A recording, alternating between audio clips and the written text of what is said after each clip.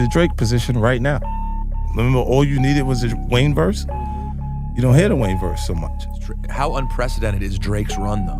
Like, this has never happened before this long. Yeah, this is broken. Our whole culture is broken. They're finding a new way to do things. It's almost, he's a hybrid, right? Being a rapper and an R&B singer at the same time. And then it's easier to stay longer being more R&B singer than rapper. You got so many artists that using the auto-tune artists, they're rappers technically, but they're singing. They was loaded again. Like Drake was loaded, ready to go again. You think so, or you know so? Yes, I know that they had new material ready to go again. There's no way you stop when you're taking like from and you're losing. Hey, right? No, I gotta fix it. Is the Ja Rule? Is it deeper? No, it's the same thing that you see Drake experience. So how did he just have? This is the op page, right? He was just winning consistently more than everybody else in the culture. And then these people start to turn into people that feel like they're ops all over the page, big. Because they keep watching them win. And then you go, I want this thing forever, man. Right. I'm not sure you can have it forever. Right. Don't come over here bothering me. Beef is over with me. Squash beef. If you see me somewhere and nothing happens, it means I'm not pursuing it. Because I will stop doing what I'm doing to have the altercation. Like we'll do it right there. Like every time, if there's a problem, if I'm passionate about it, then we're gonna deal with it right there. Every time. I'm not gonna see you in passing and not address it. It's no secret that 50 Cent is one of the most feared names in hip-hop beef. He's a legend not just for his music, but for his ability to absolutely obliterate opponents in public feuds. So when whispers began about a tension brewing between him and Drake, fans knew one thing: this wouldn't be a quiet feud. 50 Cent and Drake never had an obvious fallout, but there's been a long, slow-building tension between the two, masked by fake smiles and awkward industry handshakes. And 50? He's not the type to let slick comments slide. It all started years ago when Drake was climbing to superstardom. While other rap legends were offering mentorship, 50 Cent remained cold. He never endorsed Drake the way he did The Game, Lloyd Banks, or even Pop Smoke. And that wasn't an accident.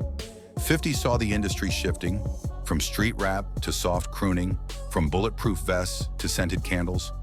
And Drake was the poster boy for that shift. To 50, Drake represented everything he wasn't: emotional, vulnerable, and overly polished. In one interview, 50 didn't even say Drake's name. He simply said, "I don't make songs for girls to cry to," with that classic smirk on his face. That alone told you where he stood.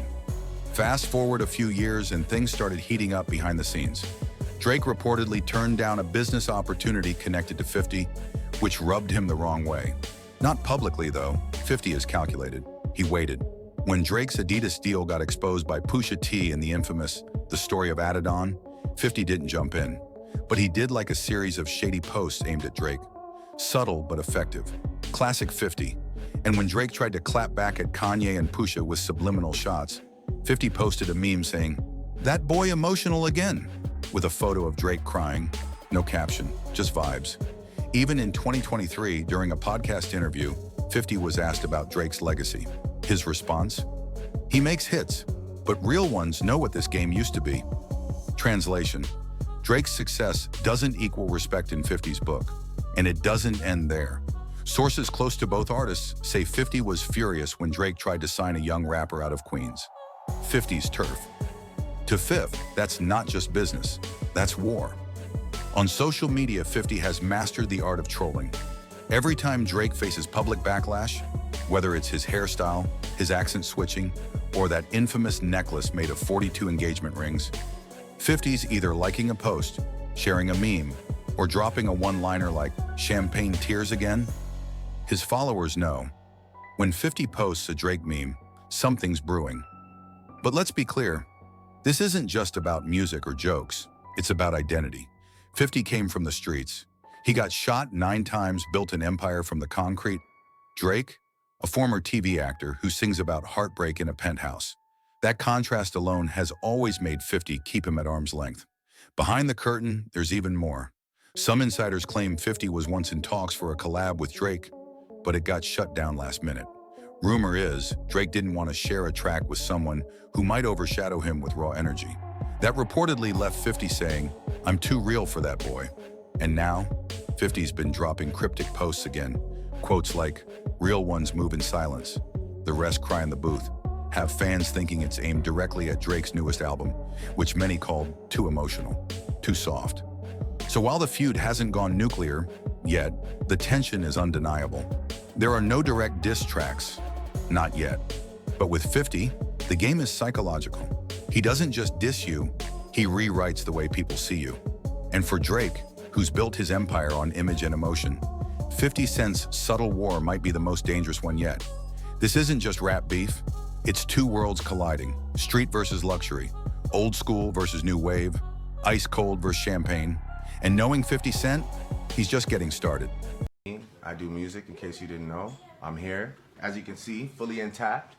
Mind, body, and soul, in case you were wondering, right? Mind, body, and soul. Mind, body, and soul. You need facts to take me out. Fairy tales won't do it. Cheers to everybody. Words live by.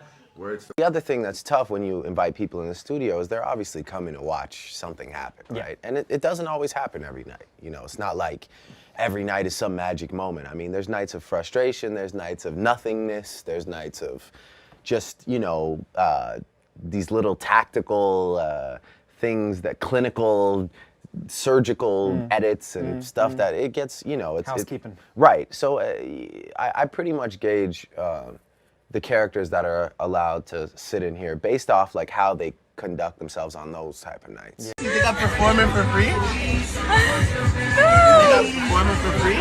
Say it, say it! Drake never wanted war, but if it came to him, he wouldn't run from it. And when it came to 50 Cent, it was never about fists or gunshots. It was a war of words, egos, and eras.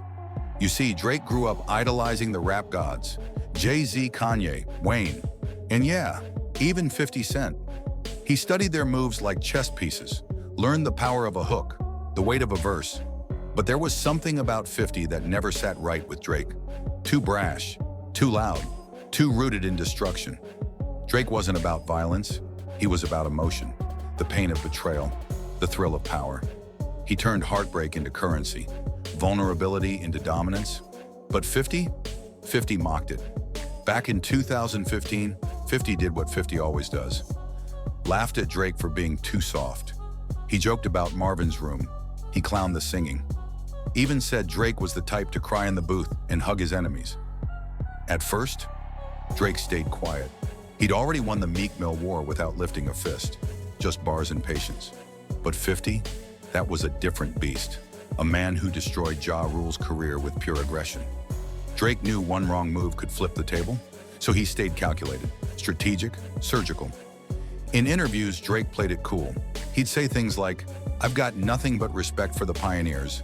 But in the studio, that's where the real shots were fired. Listen to 6 p.m. in New York. Listen to Diplomatic Immunity. He never said 50's name, but the shade was there, the clever jabs. Lines like, "I'm not a gangster rapper, but I know how to move like one. I don't bark loud, I just build empires quietly." It was surgical, the exact opposite of 50's brute force. 50 punched loud, Drake sliced deep. And while 50 laughed in interviews, saying Drake's music was emotional R&B, Drake was quietly taking over cities, stadiums, continents. He had Billboard in a chokehold. He had LeBron quoting his lyrics. He wasn't just a rapper, he was a movement. And that's what really bothered 50, because 50 came from the streets. He wore bullet scars like trophies. He believed power came from fear.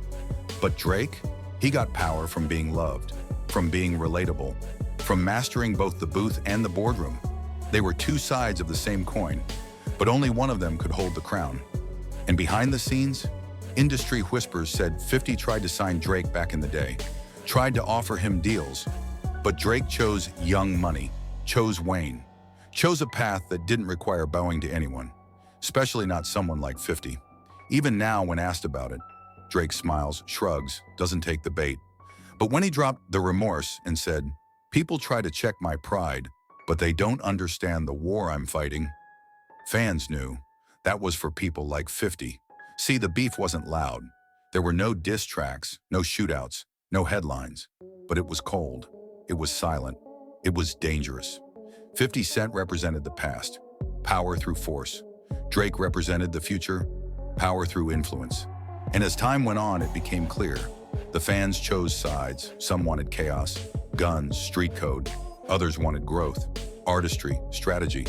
And while 50 clowned Drake from the sidelines, Drake built a legacy that made jokes look small. It's not that Drake won, it's that he never played 50's game. And that's the real reason 50 can't let it go. Because nothing hurts a soldier more than losing a war the world never even saw.